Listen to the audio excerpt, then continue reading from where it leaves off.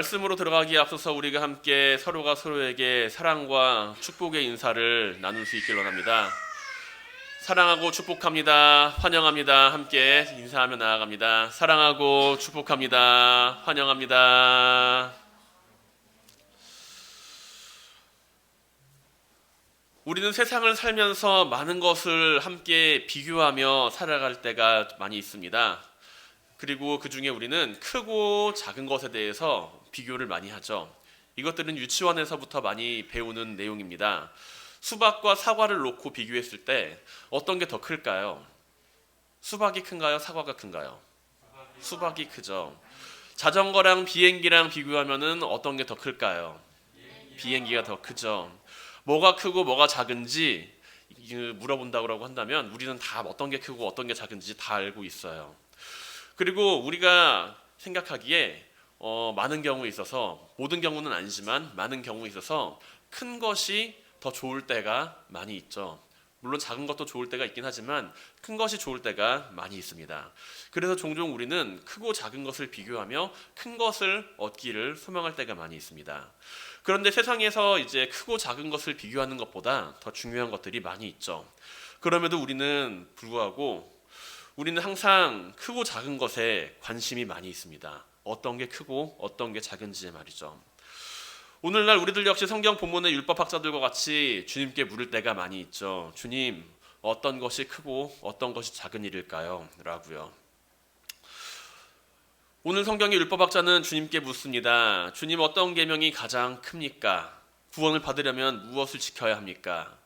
사람들이 가지고 있는 가장 큰 관심사였을 것입니다. 앞서 이야기한 것처럼 우리는 크고 작은 것에 관심이 있기 때문이죠.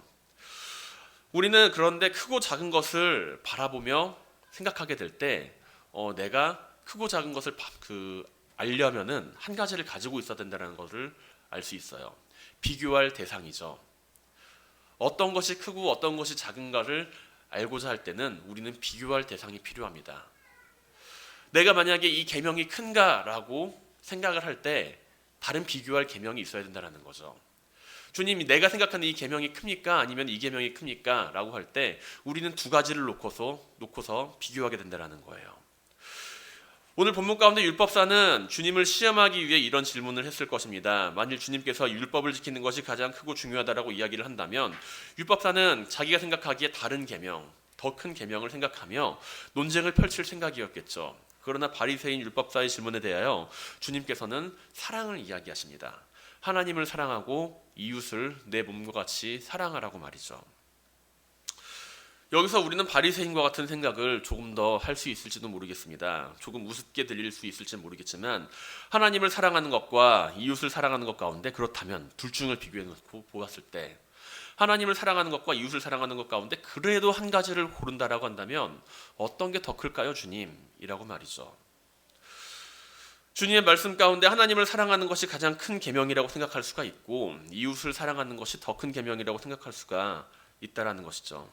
만일 바리새인들이 주님의 대답을 율법적인 차원에서 하나님을 사랑하는 것과 이웃을 사랑하는 것으로 바라보았다면 둘 중에 어떤 것이 더 큰 계명인지를 꼬치꼬치 캐물었을 것입니다. 나는 당신께 한 가지만을 이야기하라고 했는데 왜 당신은 두 가지 계명을 이야기합니까? 라고 말이죠. 하나님을 사랑하는 것과 이웃을 사랑하는 것 가운데 어떤 것이 더 큰 율법으로 작용합니까? 라는 식으로 말입니다. 바리새인 율법사의 질문에 대해서 주님의 대답은 그러나 어떠한 것이 크고 어떠한 것이 작은지에 대하여 판단하는 그러한 판단의 대답이 아니었습니다. 단지 내가 사랑해야 될 대상을 올바르게 바라보고 있는지, 그들에게 사랑의 모습으로 다가가고 있는지에 대한 대답으로 그 결론을 내리고 계신다는 것이죠. 우리가 만일 하나님을 사랑하고 이웃을 사랑하는 것이 율법 가운데 가장 크고 중요한 계명이다 라고 하는 그 계명적 차원에서 생각을 하고 있다라고 한다면 우리는 그 가운데서도 이미 크고 작은 것을 판단하고 있다라는 겁니다. 하나님을 사랑하고 이웃을 사랑하는 것이 가장 큰 계명이니 다른 계명들은 좀 소홀하게 여겨도 되지 않을까라고 생각한다라면 우리는 이미 크고 작음에 매여 있는 사람들이라는 것이죠. 크고 작음을 생각하기에 앞서서 주님께서 하시는 말씀은 너는 그들을 사랑하고 있는가? 라는 질문으로 다시 한번 우리에게 말씀으로 다가온다는 것이죠.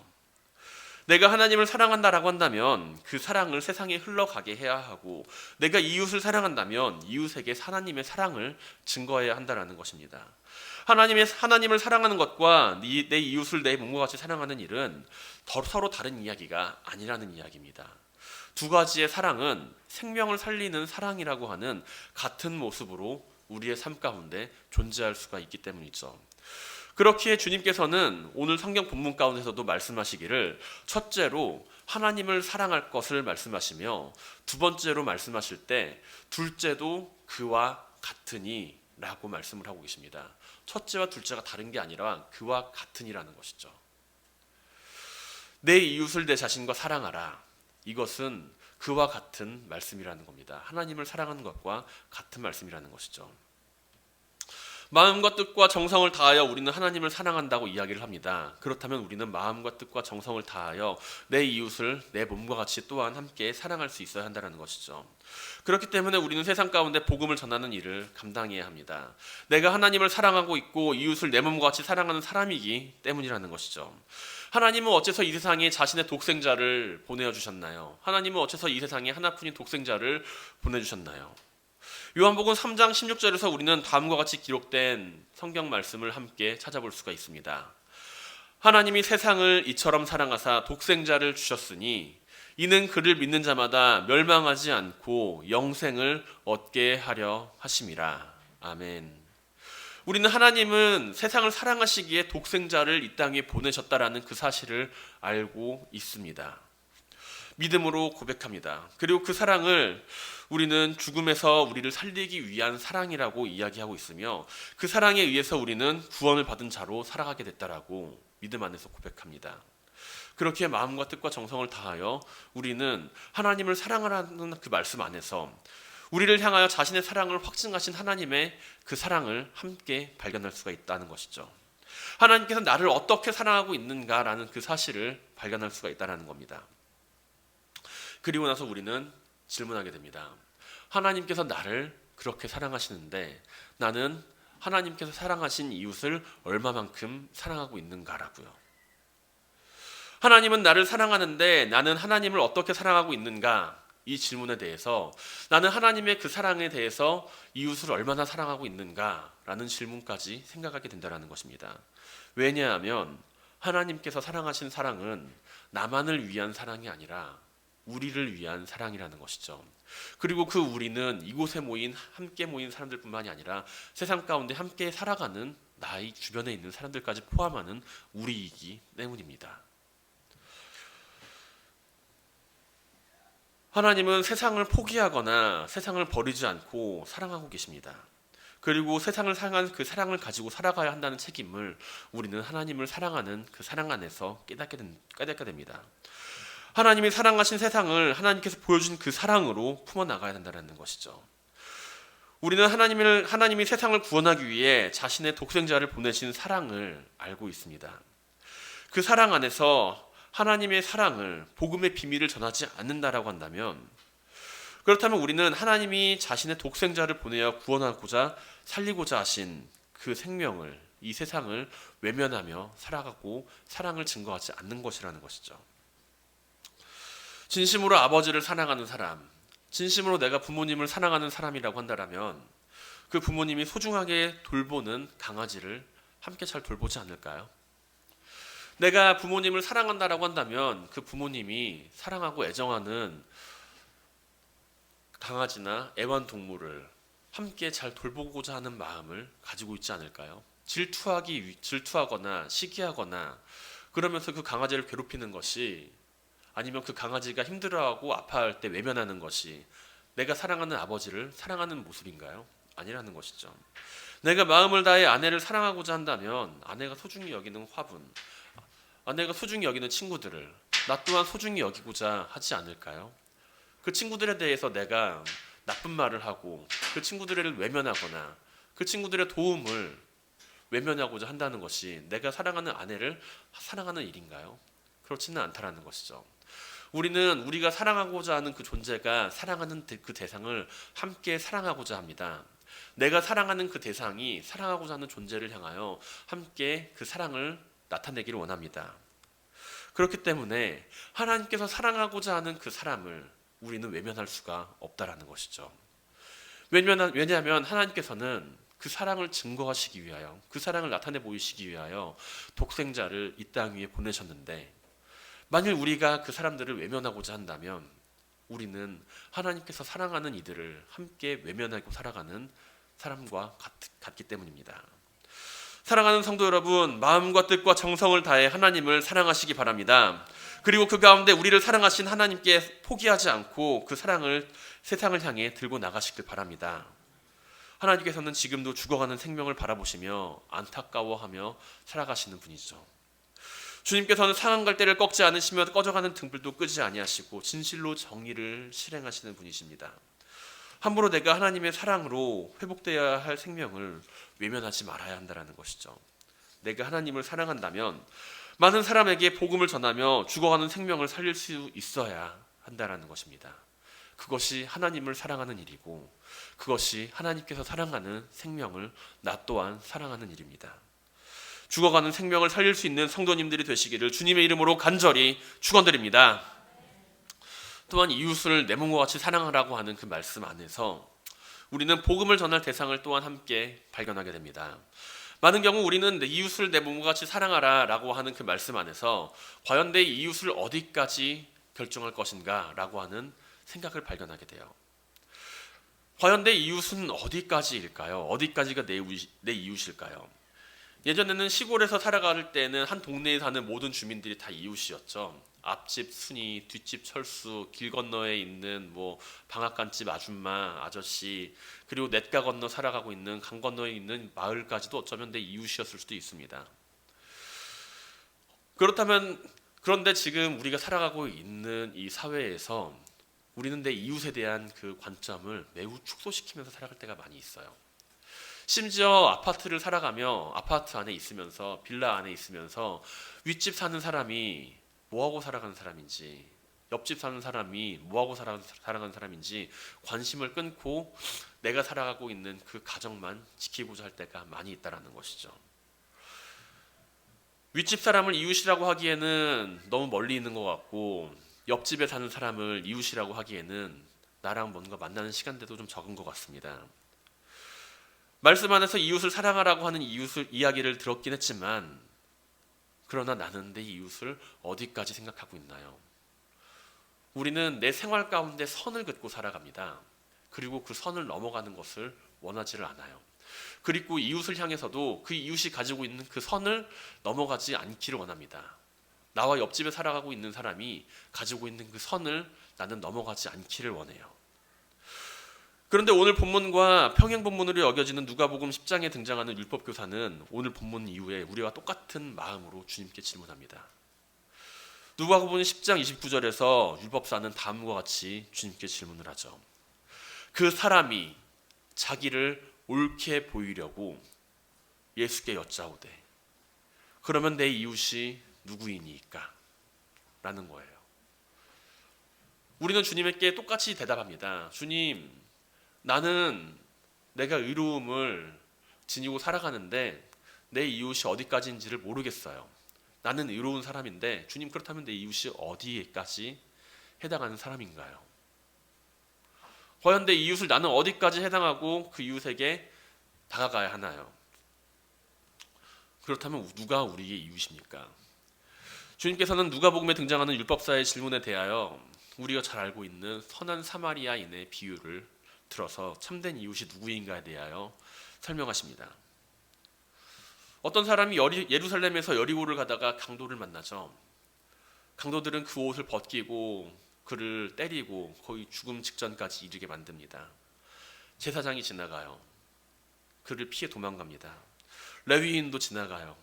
그를 피해 도망갑니다. 어떤 사마리아 사람이 여행하던 중에 거기 이르러 그를 불쌍히 여겨 그를 위해 포도주를 붓고 짐승에 태워서 여관까지 데려갑니다. 제사장과 레위인은 선을 가지고 있었어요. 내가 가지고 있는 그 선, 이웃을 향한 그 선을 넘지 않았습니다. 사마리아 사람은 어떤가요? 그 선을 넘어갑니다. 우리는 종종 이야기를 하죠. 저 친구 선 넘네 라고요. 우리가 세상을 살아가면서 나와 이웃을 향해 가지고 있는 그 선을 넘을 때는 어떤 때인가요? 내가 그들을 향하여 사랑하는 마음을 가지고 있을 때 우리는 그 선을 넘어갑니다. 혹시 누군가를 사랑해 보신 적 있으신가요? 내가 저 사람을 정말로 사랑해요. 첫눈에 반했어요. 아니면은 내가 저 물건을 정말 사랑해요. 내가 저 동물을 정말 사랑해요. 아니면 내가 저 사람을 정말 사랑해요. 그때 우리는 선을 넘어갑니다. 그 선을 넘어가요. 내가 정했던 그 선을 넘어갑니다. 그 선을 넘어가서 그 사람에게, 그 동물에게 다가가요. 주님께서 말씀하십니다. 누가 강도 만난 사람의 이웃이냐라고요. 그 율법사는 대답하죠. 선을 행한 사람입니다. 너도 가서 이와 같이 행하라. 주님께서 말씀하시는 그 이웃은요, 내가 바라보고 있는 이웃이 아니라 내가 그 이웃을 향해서 내가 가진 선을 넘어가는 사람이 나의 이웃이 됩니다. 내가 정해놓은 사람이 내 이웃이 아니라 내가 선을 넘어가서 그에게 다가갔을 때 나는 그의 이웃이 될 수가 있는 겁니다. 주님께서는 마태복음 5장 46절 이하에서 산상수훈 가운데 다음과 같이 말씀하세요. 내가 너희에게 이르노니 사랑하는 자를 사랑하면 무슨 상이 있으리요? 세리도 이같이 아니하느냐? 또 너희가 너희 형제에게만 무난하면 남보다 더하는 것이 무엇이냐? 이방인도 이같이 아니하느니라. 그러므로 하늘에 계신 너희 아버지의 온전하심과 같이 너희도 온전하여라. 결국 하나님을 사랑하는 사람은 죽어가는 생명을 외면하지 않는 사람입니다. 그 죽어가는 생명이 나의 도움을 필요로 한다라고 한다면 손을 내미는 사람이 그 사람을 사랑하는 사람입니다. 내가 사랑하는 사람뿐만이 아니라 그 사랑이 필요한 이웃을 돌보는 가운데 행하는 사랑이 그 한 생명을 살리게 됩니다. 우리는 한 생명을 살리기 위해 분명 여러 가지 노력을 하고 있을 겁니다. 분명 제가 이야기하지 않아도 이웃에게 그 생명을 전하기 위해서 여러 가지 노력을 하고 계실 겁니다. 내 친구, 내 직장, 내 동료를 주님의 품으로 인도하기 위해서 복음을 전하는 노력을 분명히 하고 계실 거예요. 그러나 내가 바라보았을 때, 내가 내 삶에서 선을 긋고 살아갈 때 그 선을 넘지 못한다라고 한다면 나는 더 이상 내 이웃에게 다가가지 못할 때가 많을 겁니다. 우리는 어떠한 선을 긋고 살아가나요? 나와의 관계에 의해서 선을 긋고 살아갑니다. 내가 가진 지식에 의해서 선을 긋고 살아갑니다. 내가 가진 가치관에 의해서 선을 긋고 살아갑니다. 내가 가진 경험에 의해서 선을 긋고 살아갑니다. 그 선을 넘어가야 합니다. 사랑으로요. 우리는 주님께서 보여주신 그 사랑으로서 그 선을 먼저 넘어가 나의 이웃을 만나야 합니다. 내가 이웃을 향해서 그 선을 긋는 모습을 가지고 살아가고 있다라고 한다면 조금 더 많은 이들을 주님께 인도하기 위해서 그 선을 한 발자국 넘어가시기 바랍니다. 사랑이 필요한 이들에게 사랑을 전하는 모습을 가지고 살아갈 때 우리는 생명을 가지고 세상을 살리는 사랑을 증거하는 이들이 될 수 있습니다. 사랑하는 성도 여러분, 생명을 살리는 사랑을 세상 가운데 드러내시기 바랍니다. 우리가 받은 그 사랑을 증거하기 위하여 내가 가진 선을 넘어가시기 바랍니다. 크고 작고 판단할 수가 있는 것이 사랑이 아니죠. 우리가 주님께 받은 값없이 큰 사랑을 우리가 말로 표현할 수 없기 때문에 크다라고 생각하지만 그것은 비교하거나 값을 매길 수 있는 사랑이 아니라 크고 작음을 떠나서 측량할 수 없는 사랑이라고 우리는 이야기를 합니다. 내가 부모님께 받은 사랑에 대하여 크고 작다고 그 사랑을 판단하고 살아가나요? 내가 부모님께 받은 그 사랑이 나는 큰 사랑이야. 넌 적은 사랑을 받았네. 그렇게 이야기를 하고 살아가시나요? 우리는 부모님께 받은 사랑에 대하여 크고 작음을 이야기하지 않습니다. 그렇기에 우리는 주님께 받은 사랑에 대하여도 크고 작음을 이야기하지 않습니다. 왜냐하면 사랑은 크고 작음을 이야기할 수가 없기 때문이죠. 나를 살린 그 사랑을 내가 크고 작다라고 판단할 수가 없고 나를 키운 그 사랑을 크고 작다 판단할 수가 없고, 나를 위해 희생하신 그 사랑을 크고 작다 판단할 수가 없는 것은 그 사랑에 내가 감격하며 살아가기 때문입니다. 그리고 이제 우리는 죽어가는 생명을 살리는 그 사랑을 전하는 사람입니다. 사랑을 가지고 있다라고 한다면 내 사랑이 크기 때문에, 내 사랑이 작기 때문에 의아기하기에 앞서서 내가 그 사랑을 가지고 살아갈 수 있길 바랍니다. 사랑을 통하여서 움직일 수 있길 바랍니다. 그리하여 많은 사람들에게 생명을 살리는 생명 사역자들이 되기를 주님의 이름으로 간절히 축원드립니다. 우리는 일반적으로 한 가지 물건만을 놓고서는 그것이 크고 작은지를 판단할 수가 없죠. 우리의 삶 안에서 크고 작음을 판단하기 위해서는 다른 기준이 존재해야 합니다. 내 집보다 저 집이 더 크네. 내가 가진 재산보다 저 사람이 재산이 더 크네. 내 차가 저 사람 차보다 좀 더 작네. 내가 가진 학위가 저 사람이 가진 학위보다 조금 더 모자르네. 작구나. 이런저런 생각을 하면서 살아가죠. 그리고 그것을 마치 우리의 행복과 비교하며 살아갑니다. 실제로 우리는 행복한 삶을 살아가기 위해서 다른 사람과 많이 비교할 때가 많이 있어요. 하지만 내가 가진 것으로 행복을 가진 것을 생각을 하고 내가 소유한 것을 통해서 내가 행복해지고자 한다라고 한다면 우리는 끊임없이 누군가와 비교해야 합니다. 다른 사람과 비교하며 살아가야 합니다.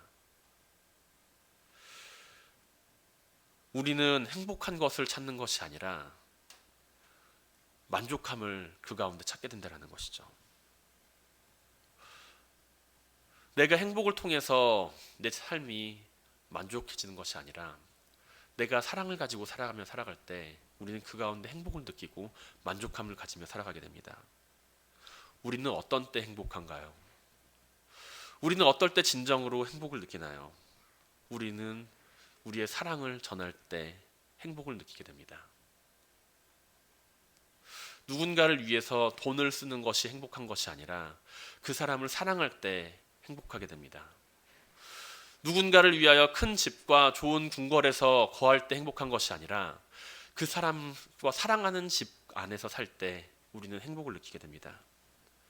우리가 행복해지기 위해서는 사랑하는 사람이 많아야 돼요. 내가 행복해지기 위해서는 내 주변 사람들을 사랑할 수 있어야 합니다. 내가 사람들과 비교하는 가운데 내가 행복하는 것이 아니라 그 사랑 가운데서 우리는 행복해질 수 있다는 것이죠. 나를 사랑하는 주님, 그 주님 안에서 우리는 행복하고 내가 사랑하는 이웃 안에서 그 이웃과 함께 주님의 사랑을 나눌 때 우리는 진정한 행복을 느끼게 됩니다.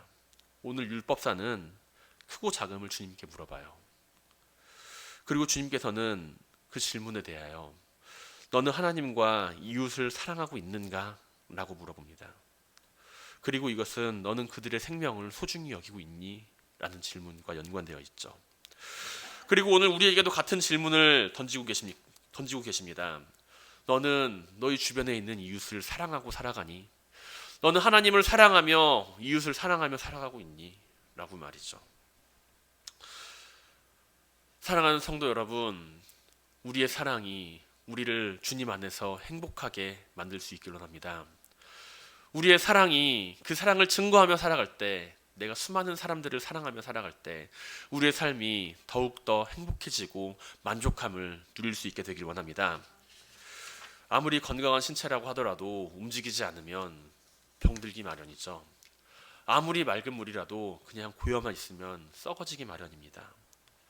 만일 우리가 하나님을 사랑하고 우리의 이웃을 사랑한다라고 생각을 한다면 그 사랑을 간직하고 있는 것이 아니라 그 사랑을 가지고 움직여야 합니다. 주님께서는 하나님을 사랑하고 이웃을 사랑하라 라고 말씀하고 계시죠. 이것이 가장 크고 첫째 되는 계명이라고요. 우리가 해야 할 일은 그 계명이 크구나, 그 계명이 가장 큰 계명이구나, 더 작은 계명은 뭐가 있지? 라고 생각을 하며 크고 작음을 판단하는 것이 아니라 사랑의 계명을 가지고 살아가야 한다는 것입니다. 사랑은 크고 작은 것이 아니라 그 가운데서 움직이는 겁니다. 그 가운데 우리가 가지고 살아가며 그 사랑을 증거해야 하는 것입니다. 세상 가운데 생명을 살리는 주님의 사랑을 전하시기 바랍니다. 한 영혼 한 영혼을 가슴에 품고 하나님이 사랑하고 창조하신 이 세상 가운데 끝까지 포기하지 않고 사랑하신 그 사랑 가운데 그 사랑의 복음을 들고 죽어가는 생명을 회복시키기 바랍니다. 우리의 이웃을 내가 내 몸과 같이 사랑한다고 한다면 그 길을 잃고 방황하는 모습을 지켜보는 것이 아니라 사랑의 복음을 통하여 구원의 길을 그들에게 알리시고 인도하시기 바랍니다. 그리하여 우리의 삶의 모습이 하나님을 사랑하고 이웃을 사랑하는 그 모습 안에서 행복하고 충만한 삶을 경험하게 되기를 주님의 이름으로 간절히 축원드립니다.